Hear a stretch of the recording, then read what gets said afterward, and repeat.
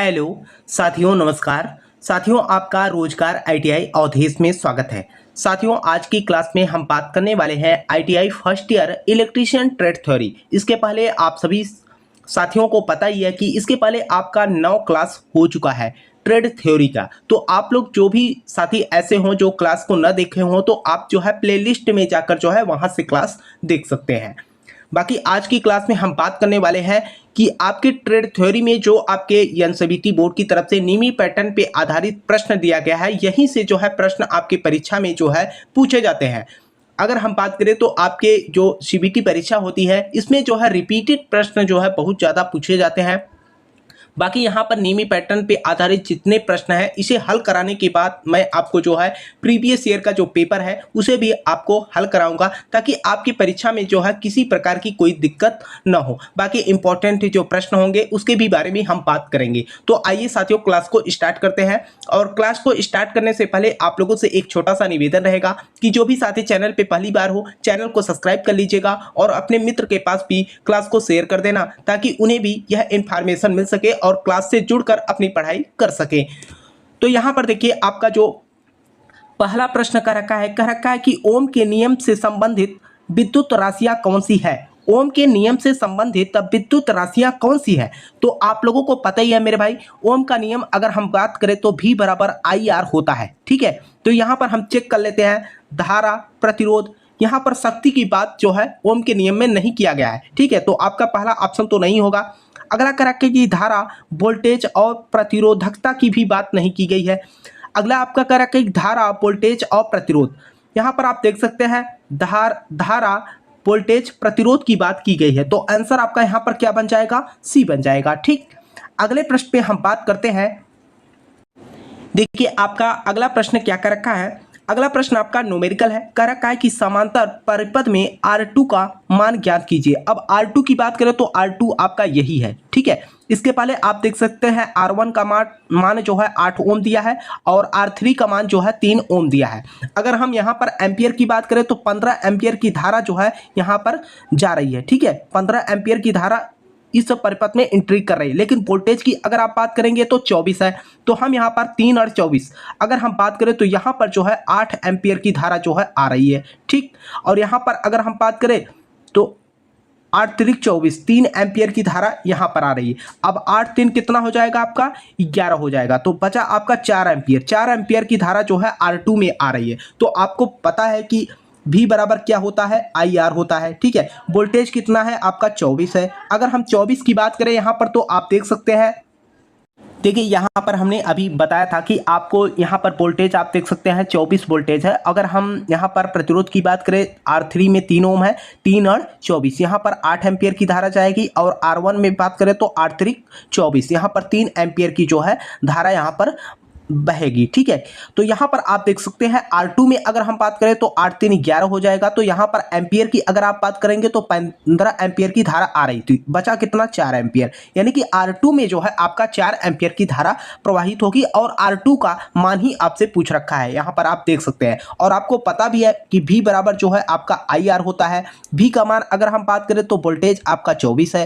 यहाँ पर I की मान अगर हम बात करें तो 4 एम्पियर है और R2 का मान हमसे पूछ रखा है। ठीक है, तो R2 का मान हमसे पूछ रखा है। तो यहाँ पर आप जो है 4 से इसमें भाग दे देंगे तो कितना आएगा? 4 5 20, 4 6 24, यानी कि 4 ओम 6 ओम जो है आपका आंसर हो जाएगा। तो अगर आप ऑप्शन देखेंगे तो आपका ऑप्शन जो है 6 वाला 6 ओम यानी कि सी आंसर हो जाएगा। अगले प्रश्न पे हम बात करते हैं।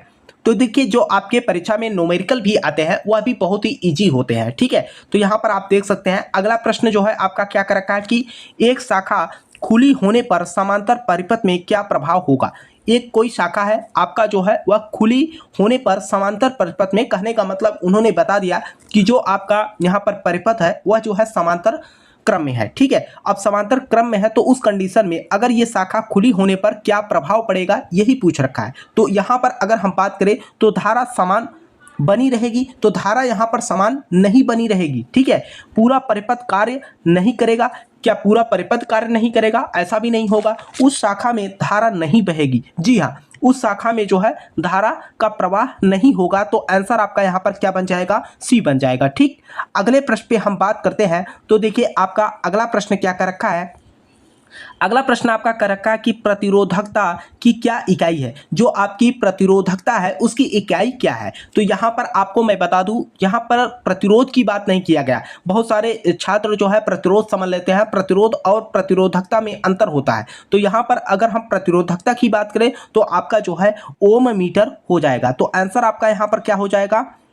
ओम मीटर हो जाएगा। ठीक है, तो आंसर आपका यहाँ पर सी बनेगा। ठीक, अगले प्रश्न पे हम बात करते हैं। अगला प्रश्न आपका क्या कर रखा है। अगला प्रश्न कर रखा है कि सर्किट ब्रेकरों में आर्क समान सुरक्षा के लिए किस प्रकार के प्रतिरोध का उपयोग किया जाता है। सर्किट ब्रेकरों में आर्क समान सुरक्षा के लिए किस प्रकार के प्रतिरोध का हम यहाँ पर उपयोग करते हैं। तो अगर हम ब्रेकरों में आर्क समान सुरक्षा की बात करें तो यहाँ पर जो है हम क्या करते हैं? वायरिस्टर का उपयोग करते हैं। तो आंसर आपका यहाँ पर क्या बन जाएगा? ए बन जाएगा। ठीक, अगले प्रश्न पे हम बात करते हैं। तो देखिए आपका जो अगला प्रश्न कह रखा है, अगला प्रश्न आपका देखिए बहुत ही इंपॉर्टेंट प्रश्न है। आपकी परीक्षा में जो है इस तरीके के प्रश्न जो है पूछे जाते हैं। कह रखा है कि रंगकूट विधि के द्वारा प्रतिरोध का मान बताइए। जो रंगकूट विधि की बात की गई है इसके द्वारा जो है प्रतिरोध का मान पूछ रखा है। तो यहाँ पर आप देख सकते हैं गोल्ड दिया है, ऑरेंज दिया है, ग्रीन और रेड। अगर हम रेड की बात करें या हम ग्रीन की बात करें या हम ऑरेंज की बात करें या हम गोल्ड की बात करें, अगर हम गोल्ड की बात करते हैं तो ये आपका ±5% होता है। ठीक है, अगर हम ऑरेंज की बात करें तो ऑरेंज आपका 10⁻³ होता है। अगर हम ग्रीन की मान की बात करें तो 5 होता है, रेड की मान की बात करें तो 2 होता है। तो यहाँ पर अगर हम देखें ±5% यानी कि 10 वाला तो ऑप्शन होगा ही नहीं। तो यहाँ पर 10⁻³ तो ऑप्शन आपका यहाँ पर क्या हो जाएगा? सी हो जाएगा। ठीक, अगले प्रश्न पे हम बात करते हैं। तो देखिए आपका अगला प्रश्न क्या कर रखा है। अगला प्रश्न कह रखा है आपका जो आपका व्हीट स्टोन ब्रिज की बात किया है। यहाँ पर व्हीट स्टोन ब्रिज की संतुलन की अवस्था में अज्ञात प्रतिरोध आरडीसी का मान ज्ञात कीजिए। जबकि पीएबी का मान जो है आपका कितना दिया है? ये 400 दिया है। ठीक है, और यहाँ पर अगर हम बीसी की बात करें तो यहाँ पर आप देख सकते हैं बीसी जो है आपका यहाँ पर 200 दिया है। ठीक है, और एडी की बात करें तो यहाँ पर एडी जो है आपका 12 दिया है। इसे हम कोई भी मान सकते हैं। डीसी का ही मान पूछ रखा है, इसे मान के चलिए हम आर मान लेते हैं। ठीक, तो यहाँ पर आपको भी पता है P/Q R/यस होता है, तो इसे यस ही मान के चलिए। ठीक है, यस हो गया। तो P का मान कितना है? यहाँ पर 400 है। ठीक है, Q का मान कितना है? 12 है। और यहाँ पर R का मान अगर हम बात करें तो 200 है, बटे यस हो जाएगा। ये 200 दूना क्या हो जाएगा? 400, 2 छंग 12। यहाँ पर यस बराबर अगर हम बात करें तो 6 आ जाएगा। अब ऑप्शन में हम देख लेते हैं कि 6 ऑप्शन में है, तो यहाँ पर ऑप्शन आपका क्या बन जाएगा? बी आंसर हो जाएगा। ठीक, अगले प्रश्न पे हम बात करते हैं। देखिए जो अगला प्रश्न आपका कह रखा है, देखिए इस ऐसे प्रश्न को देखकर जो है स्टूडेंट काफ़ी परेशान हो जाते हैं। लेकिन आपको थोड़ा सा यहाँ पर चित्र को देखकर जो है घबराना नहीं है। यहाँ पर प्रश्न क्या पूछ रखा है उसको देखना है, और यहाँ पर जो है आपको बहुत ध्यानपूर्वक जो है समझना होता है कि क्या कह रखा है। देखिए कह रखा है कि वोल्टेज V का पाठ्यांक बताइए। सीधे तौर पर यहाँ पर जो ड्राइंग ड्रा की गई है इसमें वोल्टेज का जो है मान पूछ रखा है कि आखिर वोल्टेज का मान क्या होगा। आप यहाँ पर देख सकते हैं वोल्टेज यहाँ पर भी है और वोल्टेज यहाँ पर भी है। अगर हम बात करें तो ये आपका जो है 18 वोल्टेज है। ठीक है, 18 वोल्टेज है। अगर यहाँ पर आप देखेंगे तो यहाँ पर खुला हुआ परिपथ है और यहाँ पर भी खुला हुआ परिपथ है। और मैंने आपको बताया भी है जब कभी भी आपका वोल्टेज जोड़ा गया है और जो है खुला परिपथ हो, उस कंडीशन में जितना वोल्टेज होगा वही उसका पाठ्यांक होगा, और यही पूछ रखा है। ठीक है, खुले हुए परिपथ में जो भी आपका पाठ्यांक होगा वही आपका जो है दर्शाएगा। तो यहाँ पर आप देख सकते हैं 18 वोल्ट आपका आंसर हो जाएगा। ठीक, अगले प्रश्न में हम बात करते हैं। तो देखिए आपका अगला प्रश्न क्या कर रखा है। अगला प्रश्न कर रखा है कि श्रेणी परिपथ का क्या उपयोग है। श्रेणी परिपथ का क्या उपयोग है यह जो है आपसे पूछ रखा है। अगर हम श्रेणी परिपथ की बात करें तो ये जो है कहाँ पर इस्तेमाल किया जाता है। वोल्ट मीटर का अगर हम बात करें तो यहाँ पर आप देख सकते हैं सीधे तौर पे कर रखा है कि वोल्ट मीटर संयोजन में नहीं किया जाता। घरों में प्रकाशी परिपथ में किया जाता है, ये भी नहीं होता। घरों में हम श्रेणी क्रम में जो है परिपथ नहीं जोड़ते हैं। अमीटर में शंक प्रतिरोध में, यहाँ पर वोल्ट मीटर का मल्टीप्लायर प्रतिरोध में जो है हम इस्तेमाल करते हैं। तो आंसर आपका यहाँ पर क्या बन जाएगा, डी हो जाएगा। वोल्ट मीटर का मल्टीप्लायर प्रतिरोध में जो है हम यहाँ पर श्रेणी क्रम परिपथ का उपयोग करते हैं। तो आंसर आप ध्यान रखिएगा, डी बन जाएगा। ठीक, अगले प्रश्न पे हम बात करते हैं। तो देखिए आपका अगला प्रश्न क्या कर रखा है, अगला प्रश्न कर रखा है कि श्रेणी परिपथ में खुले हुए प्रतिरोध पर क्या प्रभाव है। श्रेणी परिपथ में खुले हुए प्रतिरोध पर क्या प्रभाव है, यह जो है आपसे पूछ रखा है। तो यहाँ पर अगर हम बात करें तो देखिए आपका पहला क्या कर रखा है, खुले परिपथ प्रतिरोध में कोई प्रभाव नहीं, खुले प्रतिरोध में कोई प्रभाव नहीं पड़ता, कोई प्रभाव नहीं पड़ता। ठीक है, खुले प्रतिरोध में से पूर्ण परिपथ धारा बहेगी, पूर्ण परिपथ धारा बहेगी, तो ऐसा भी नहीं होता। खुले प्रतिरोध के दोनों ओर कुल प्रतिरोध वोल्टेज दिखेगा। ध्यान से देखिएगा इस सवाल को यहां पर कर रखा है कि खुले प्रतिरोध के दोनों और खुले आपूर्ति वोल्टेज दिखे, हाँ, जो आपका कुल आपूर्ति वोल्टेज होगा वही जो है यहाँ पर दिखेगा। तो आंसर आपका यहाँ पर क्या हो जाएगा, सी हो जाएगा। ठीक, अगले प्रश्न पे बात करते हैं। तो देखिए आपका अगला प्रश्न क्या कर रखा है, ये भी आपका न्यूमेरिकल है और ऐसा सवाल मैंने आपको जो है एक अभी मैंने आपको हल कराया। यहाँ पर देखिए क्या कर रखा है, कर रखा है कि R3 प्रतिरोध में प्रतिरोधक में प्रतिरोध का मान पूछ रखा है। अगर हम प्रतिरोध यहाँ पर देखिए, यह जो है आपका R1 हो गया, R1, और ये R2 है और ये जो है आपका R3 है। अगर हम वोल्टेज की बात करें तो जो आपका वोल्टेज है यहाँ पर 24 वोल्टेज है। अगर हम एम्पियर की बात करें तो यहाँ पर 12 एम्पियर की धारा जो है एंट्री कर रही है इस समांतर क्रम में। ठीक है, तो यहाँ पर आपको भी पता है वोल्टेज में जो है यह बढ़ जाता है। तो यहाँ पर अगर आप बात करेंगे तो यह जो है आपका 4 एम्पियर है, 6 चौके 24। यहाँ पर जो है अगर हम बात करें तो 6 एम्पियर की जो है धारा यहाँ पर जो है बहेगी। ठीक, यहाँ पर जो है आपका 6 एम्पियर की जो है धारा बहेगी।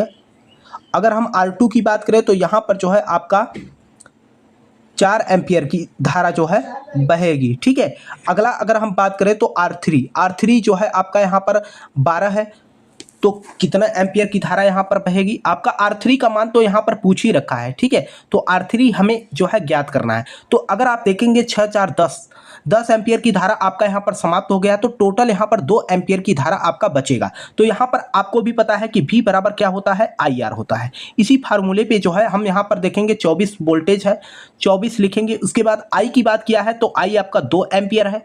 R3 का मान हमसे पूछ रखा है, तो यहाँ से हम 2 से काट देंगे तो ये 12 आपका R3 आ जाएगा। ठीक है, यानी कि 12 ओम। अगर हम देखें तो 12 ओम आपका ऑप्शन जो है डी बन रहा है। आंसर आपका यहाँ पर क्या बन जाएगा, डी बन जाएगा। ठीक है, अगले प्रश्न पे हम बात करते हैं। तो देखिए आपका अगला प्रश्न क्या कर रखा है, यहाँ पर देखिए कर रखा है कि परिपथ का क्या प्रभाव होगा यदि AB को लघु पथित कर दिया जाए तो।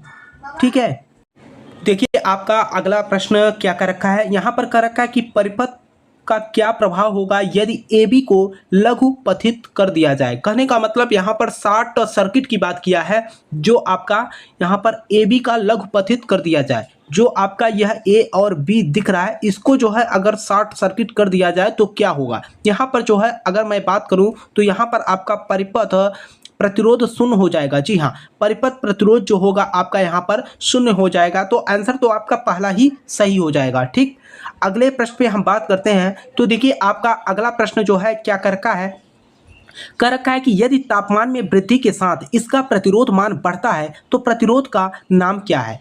यदि तापमान में वृद्धि के साथ इसका प्रतिरोध मान बढ़ता है तो प्रतिरोध का नाम क्या है। ठीक है, कहने का मतलब यह है कि जैसे अगर हम बात करें सीधे तौर पे, जैसे हमारा टेम्परेचर बढ़ रहा है तो प्रतिरोध भी बढ़ रहा है। ठीक है, तो इसका सीधे तौर पे नाम पूछ रखा है। तो यहाँ पर अगर हम बात करें तो यह जो है आपका पीटीसी में आता है। अब पीटीसी क्या होता है, बहुत सारे स्टूडेंट जो है कमेंट करके बोलते हैं कि सर पीटीसी का मतलब या पीटीसी का पूरा नाम बता दीजिए। तो यहाँ पर अगर हम बात करें तो पी का मतलब आपका पॉजिटिव हो जाएगा और टी का मतलब आपका टेम्परेचर हो जाएगा और सी की अगर हम बात करें तो कोफिशिएंट हो जाएगा। ठीक है, तो अगर हम इस प्रश्न के आंसर की बात करें तो आपका जो है यहाँ पर सेंसिटर हो जाएगा। ठीक है, तो आंसर आपका यहाँ पर बी बन जाएगा। ठीक, अगले प्रश्न पे हम बात करते हैं।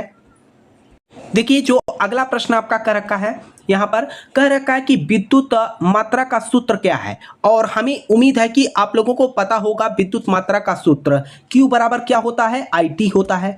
अब इसी फार्मूले से जो है हम पता कर सकते हैं कि इसका जो है सूत्र क्या होगा। यहाँ पर देखिए धारा गुणित समय। जी हाँ, अगर हम विद्युत मात्रा की बात करें या वोल्टेज धारा, ये तो नहीं होगा, धारा प्रतिरोध भी नहीं होगा, वोल्टेज प्रतिरोध भी नहीं होगा, तो आंसर आपका यहाँ पर क्या हो जाएगा, धारा गुणित समय। ठीक है, अगले प्रश्न पे हम बात करते हैं। तो देखिए आपका अगला प्रश्न जो है क्या कर रखा है, अगला प्रश्न आपका कर रखा है कि चालकता का इकाई क्या है। बहुत ही इंपॉर्टेंट प्रश्न है आपकी सीबीटी परीक्षा के लिए, क्योंकि यह प्रश्न जो है 2022 के बैच में पूछा गया प्रश्न है कि चालकता का इकाई या चालकता का जो है इकाई पूछ रखा है। तो यहाँ पर चालकता का अगर हम बात करें, सीधे तौर पे अगर हम बात करें तो चालकता का जो इकाई होता है आपका क्या हो जाएगा, मोह हो जाएगा। आंसर आपका यहाँ पर ए बन जाएगा।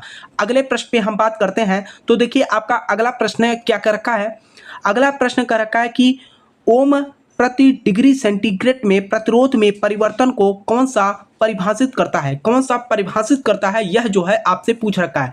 ध्यान से समझिएगा, यह भी प्रश्न बहुत ही इंपॉर्टेंट है। कह रखा है कि ओम प्रति डिग्री सेंटीग्रेड में प्रतिरोध में परिवर्तन को कौन सा परिभाषित करता है। कहने का मतलब यह क्या परिभाषा या क्या प्रदर्शित करता है या क्या परिभाषित करता है। तो यह जो है आपका जो है तापमान गुणक को जो है प्रदर्शित करता है। तो यह जो है तापमान गुणक को प्रदर्शित करता है। तो आंसर आपका यहाँ पर क्या बन जाएगा, डी बन जाएगा। ठीक है, अगले प्रश्न पे हम बात करते हैं। तो देखिए आपका जो अगला प्रश्न कर रखा है, यहाँ पर कह रखा है कि बैटरी की ध्रुवता जांचने के लिए किस प्रकार का मीटर प्रयोग किया जाता है। बैटरी की ध्रुवता जांचने के लिए किस प्रकार का मीटर हम प्रयोग करते हैं इसमें। तो यहाँ पर जो है हम जो है जो आपका चल कुंडली वोल्ट मीटर होता है उसी का जो है हम यहाँ पर इस्तेमाल करते हैं। चल कुंडली वोल्ट मीटर का हम यहाँ पर उपयोग करेंगे। तो आंसर आपका यहाँ पर बी बन जाएगा। तो साथियों ये रहा आज की क्लास, और मुझे उम्मीद है कि आज की क्लास जो है आप लोगों को समझ में आई होगी।